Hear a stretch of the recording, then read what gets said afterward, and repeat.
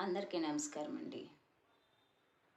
ప్రతి ఒక్కరికి ఇప్పుడు ధ్యానం చాలా అవసరము.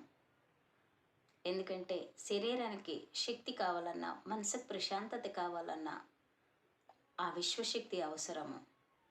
మనకి ఎలా కూర్చోవాలి, ఎలా చేయాలి అన్న ఆలోచన అక్కర్లేదు.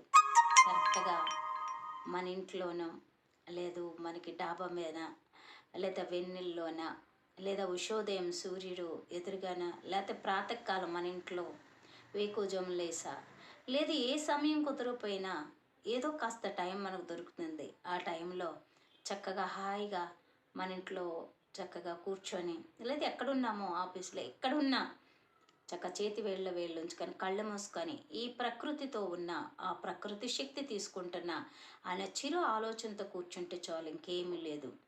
ఆలోచనలు వస్తూ ఉంటాయి, నిద్ర వచ్చినట్లు అనిపిస్తుంది, అయినా కూర్చోవడం అలవాటు చేసుకుంటే ఆ శక్తి శరీరానికి కొత్త శక్తినిస్తుంది.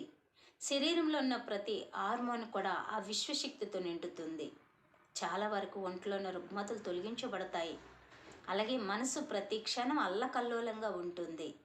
ఎన్నున్నా చుట్టూ ఏదో ఆరాటం, పోరాటం, ఏదో అర్థం కాని ప్రయాణము. దానికి పరిష్కారము ఆ విశ్వాంతరు నుంచి వస్తుంది.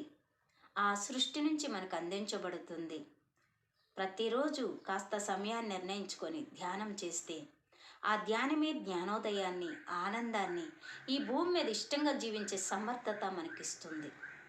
అందుకే అందరము సాధన చేద్దాము. ఈ భూమిపై ఆనందంగా జీవిద్దాం. ఆ విశ్వంతో లయమై జీవిద్దాం. మనకు కావాల్సింది మనకు లభిస్తుంది మిత్రులారా.